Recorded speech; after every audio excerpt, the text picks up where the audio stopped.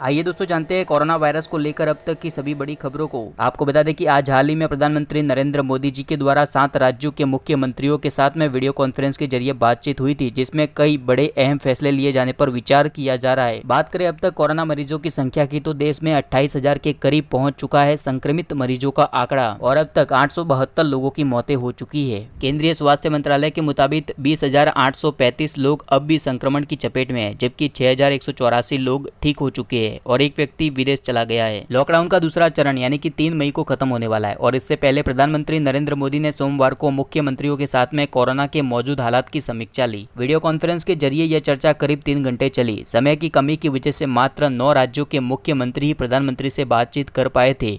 मेघालय के मुख्यमंत्री ने कहा कि वे अपने राज्य में लॉकडाउन को 3 मई के बाद भी जारी रखना चाहते हैं।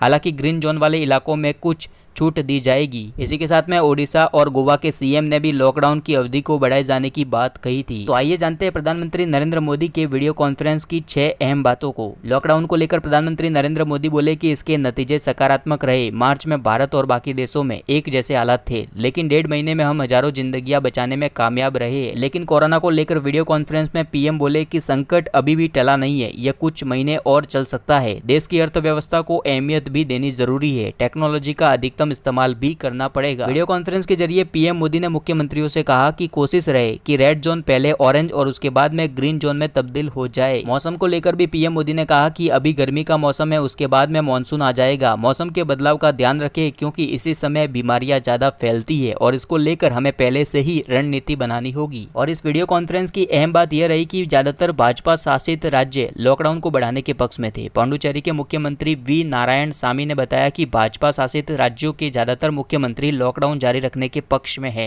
वे चाहते हैं कि आर्थिक गतिविधियों को धीरे धीरे शुरू किया जाए। ज्यादातर मुख्यमंत्रियों ने कहा कि जिस तरह संक्रमण के केस बढ़ रहे उसको देखते हुए सावधानी रखना बहुत ही जरूरी है। प्रधानमंत्री को मुख्यमंत्रियों की राय के आधार पर ही फैसला लेना चाहिए। आपको बता दें कि इस महामारी के बीच में प्रधानमंत्री नरेंद्र मोदी 4 बार देश के अलग अलग सीएम के साथ में वीडियो कॉन्फ्रेंस के जरिए बातचीत कर चुके हैं। कोरोना महामारी को लेकर एक और सर्वे निकला है, जिसमें 83% भारतीयों ने माना कि मोदी सरकार ने कोरोना महामारी को अच्छी तरह से संभाला। जी हाँ दोस्तों, यदि भारत की बाकी देशों के साथ में तुलना की जाए तो कोरोना महामारी को लेकर भारत की ओर से जो आंकड़े आए वे काफी प्रेरणादायक है। अब दुनिया की जानी मानी सर्वे एजेंसी गैलप इंटरनेशनल ने 28 देशों की सरकारों के कामकाज का सर्वे किया और इस सर्वे में यह बात निकलकर सामने आई कि कोरोना संक्रमण से निपटने में मोदी सरकार के कामकाज से भारतीय संतुष्ट है। 83% लोगों ने माना कि सरकार ने कोरोना महामारी को अच्छी तरह से संभाला है। इसी बीच एक और बड़ी खबर है, दूसरे शहरों में फंसे प्रवासी कामगारों को घर पहुंचाने के लिए चलाई जाए स्पेशल ट्रेनें, रेल अफसरों का सुझाव। जी हां दोस्तों, लॉकडाउन के कारण दूसरे शहरों में फंसे प्रवासी कामगारों को उनके घरों तक पहुंचाने के लिए मुफ्त में स्पेशल ट्रेनें चलाई जाए। ये सुझाव रेल मंत्रालय के अधिकारियों की ओर से दिया गया है। दरअसल रेल मंत्रालय के कुछ अधिकारियों ने फैसिलिटेड माइग्रेट्स ट्रैवल नाम से एक पेपर तैयार किया है और इस पेपर में सुझाव दिया गया है कि प्रवासी कामगारों को यात्रा प्रतिबंध हटने से पहले ही अपने घरों में पहुंचाने की इजाजत दी जाए। हालांकि आपको बता दें कि यह सुझाव गैर आधिकारिक है। देश में सार्वजनिक यातायात को शुरू करने को लेकर अंतिम फैसला केंद्र सरकार को ही करना है। रेलवे के द्वारा किसी भी ट्रेन या फिर स्पेशल ट्रेन को चलाई जाने की कोई भी घोषणा नहीं की गई है। और इसी बीच अगली बड़ी खबर है, गुजरात के वरिष्ठ कांग्रेस नेता की कोरोना वायरस से मौत, सीएम रूपाणी से की थी मुलाकात। जी हां दोस्तों, कोरोना वायरस के चलते रविवार की रात को गुजरात कांग्रेस के वरिष्ठ नेता और अहमदाबाद नगर निगम के कांग्रेस के पार्षद और पूर्व प्रतिपक्ष के नेता